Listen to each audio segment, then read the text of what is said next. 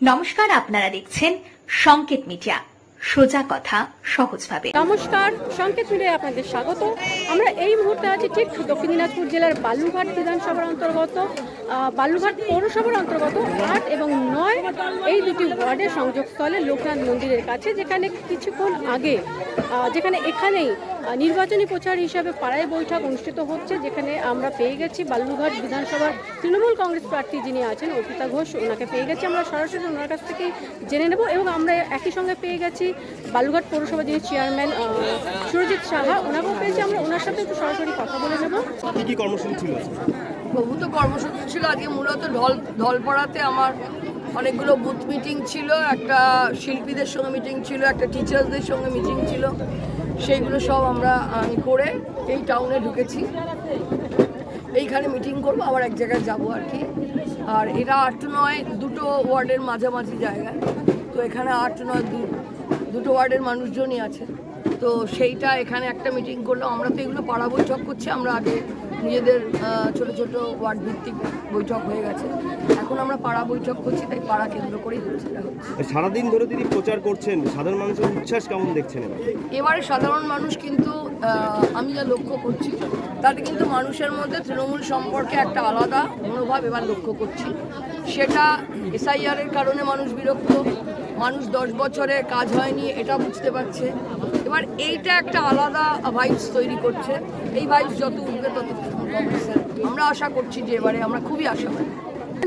কিছুক্ষণ আগে পাড়ার বৈঠকে যে নির্বাচনী প্রচার, সেখানে বলেছেন যে আপনি বালুরঘাটবাসীর জন্য যেটা নিকাশি সমস্যা সেই বিষয়টা আপনি অবশ্যই সলভ করার চেষ্টা করবেন এবং এডুকেশন হাব এবং বালুরঘাট হসপিটালটাকে সুপার স্পেশালিটি হসপিটাল হিসেবে আপনি চাইবেন করে দিতে। কিন্তু এর বাইরে সমগ্র বিধানসভার ভিত্তিক আপনি কি কি কাজ উপহার দেবেন বালুরঘাটবাসীকে 5 বছর? উপহার দেবো না, আগে তো বিধায়ক হবো, তো উপহার আপনি জিতে এলে।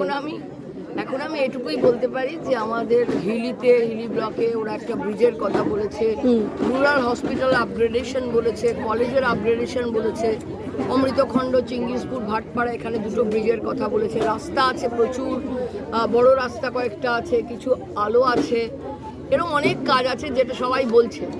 ছোটোখাটো তো আছেই। আমাদের কাজ হচ্ছে বিধায়ক হয়ে মমতা বন্দ্যোপাধ্যায় কোনো সৈনিক বসে থাকে না, তারা সবাই কাজ করে।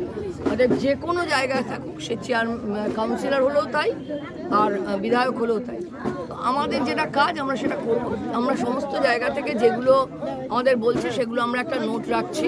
আফটার ইলেকশন যদি আশীর্বাদ পাই, জিতে গিয়ে নিশ্চয়ই সেই কাজগুলো করবো।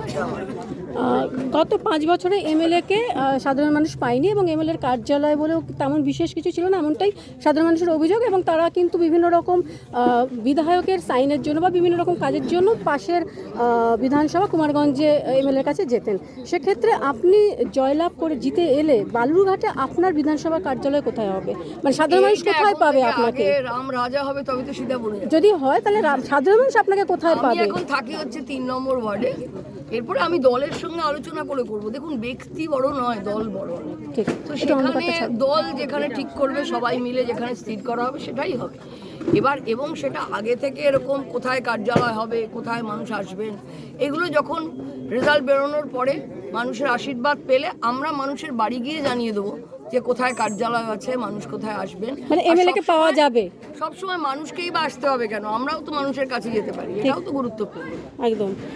আপনি এই বিধানসভা থেকে, বালুরঘাট বিধানসভা থেকে সাধারণ মানুষকে কি বার্তা দিতে চাইছেন? আমি বার্তা দেওয়ার কি, আমি খুব সাধারণ মানুষ, বার্তা দেওয়ার কেউ না। মমতা বন্দ্যোপাধ্যায় প্রার্থী করেছেন, দিদি জানেন যে বার্তা যদি দিতে হয় তাহলে দিদি দেবেন। আমরা শুধু অনুরোধ করতে পারি যে আপনারা 10 বছর 5 বছর RSP, 5 বছর বিজেপি দেখেছেন, এইবার অন্তত তৃণমূল কংগ্রেসকে একটা সুযোগ দিন, এইটুকু আমাদের অনুরোধ। বার্তা দেওয়ার আমি কেউ নই, আমি খুব সামান্য মানুষ। অসংখ্য ধন্যবাদ দিদি, থ্যাংক ইউ। পেয়ে গেছি আমরা বালুরঘাট পৌরসভার চেয়ারম্যান সুরজিৎ সাহা। যদি এই সুরজিৎ সাহারই কিন্তু ওয়ার্ড হচ্ছে 8 এবং 9-এর এই সংযোগস্থলে কিন্তু এই পাড়ায় বৈঠক নির্বাচনী হচ্ছে। এখানে আমরা সরাসরি কথা বলবো সুরজিৎ সাহার সাথে।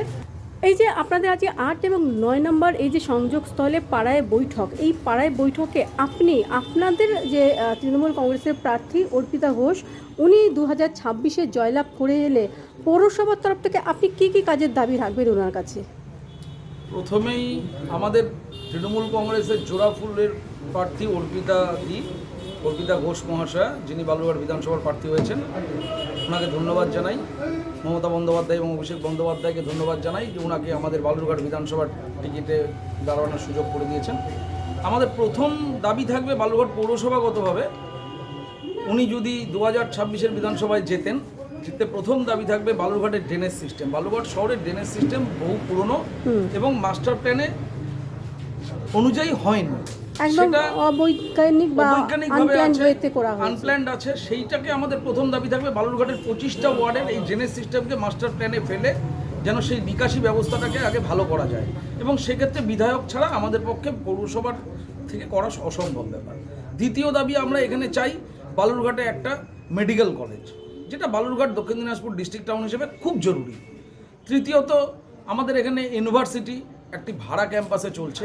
আমরা চাইবো আমাদের বিধায়ক যিনি হবেন, আমাদের দলের বিধায়িকা, উনি জিতলে আমাদের দাবি থাকবে যে পার্সোনালি ইউনিভার্সিটির ল্যান্ড রিকুইজিশন করে নিয়ে সেখানে নিজস্ব বিল্ডিং তৈরি করে ইউনিভার্সিটিটি যেন চালু করা যায়। চতুর্থত আমাদের এখানে জানেন বহু বছরের পুরনো একটা প্লেন ঘাঁটি রয়েছে, সেটা অলরেডি রেডি হয়ে পড়ে আছে, কিন্তু প্লেন চলাচলের কোনো ব্যবস্থা নেই। আমরা বিধায়িকাকে বলবো, অনুরোধ করব যেন এই প্লেন চলাচলের ব্যবস্থা উনি করে দেন, দিয়ে বালুরঘাটের মানুষের সুবিধা করে দেন। এছাড়া আর কোনো দাবি? দাবি তো আরো প্রচুর রয়েছে, যেমন আপনি তো আপনার নিজের ওয়ার্ড যেটি 8 নম্বর ওয়ার্ড, আমাদের 8 নম্বর ওয়ার্ডে প্রচুর কাজ রয়েছে। আর আমি একা 8 নম্বর ওয়ার্ড বললে তো হবে না, আমার 25টি আপনারা ওয়ার্ড যেহেতু নিয়ে পৌরসভার করতে হবে। যেমন চেয়ারম্যান, নদীর ওপারে 13, 14, 15 এই 3টি ওয়ার্ডে পানীয় জলের কোনো ব্যবস্থা নেই, যেটা মমতা ব্যানার্জির স্বপ্নের প্রকল্প বাড়ি বাড়ি জল প্রকল্প। সেটা নিয়েও আমরা প্ল্যান করব যে কীভাবে 13, 14, 15তে জল দেওয়া যায়, কিভাবে মানুষের কর্মসংস্থান করা যায়। আজকে আমাদের বিধায়িকা বা বিধায়ক না থাকার দরুন আমরা অনেকটাই লস করেছি বিগত 10 বছরে। কোনো রেকমেন্ডেশন ছাড়া বিভিন্ন দপ্তর, যেমন ধরুন আপনার হসপিটাল, পিএইচই, পিডব্লিউডি, প্রচুর লোক নিয়োগ হয়েছে, কিন্তু সেখানে আমাদের দুর্ভাগ্য যে বালুরঘাটের বিধায়িকা বা বিধায়ক না থাকার দরুন আমরা তাদের রেকমেন্ডেশনও করতে পারিনি, চাকরিগুলো বাইরের লোক করেছে। যেমন কুমারগঞ্জ, কুসুমন্ডি, হরিরামপুর, এগুলো থেকে প্রচুর লোক ছেলে মেয়ে কাজ করেছে। তাদের বিধায়ক বা বিধায়িকা ছিলেন, সেই জন্য তারা সেই সুযোগ পেয়েছেন। আমাদের দুর্ভাগ্য যে আমরা আমাদের বিধায়ক বা বিধায়িকাকে জেতাতে পারিনি। আমরা চাইবো 2026-এ আমাদের এখানে বিধায়িকা অর্পিতা ঘোষ জিতবেন, এবং জিতলে আমরা বালুরঘাটের মানুষের, সাধারণ মানুষের যেন আরও অনেক বেশি কর্মসংস্থানের সুযোগ করে দিতে পারি, সেদিকে নজর রাখতে হবে। অসংখ্য ধন্যবাদ। ধন্যবাদ।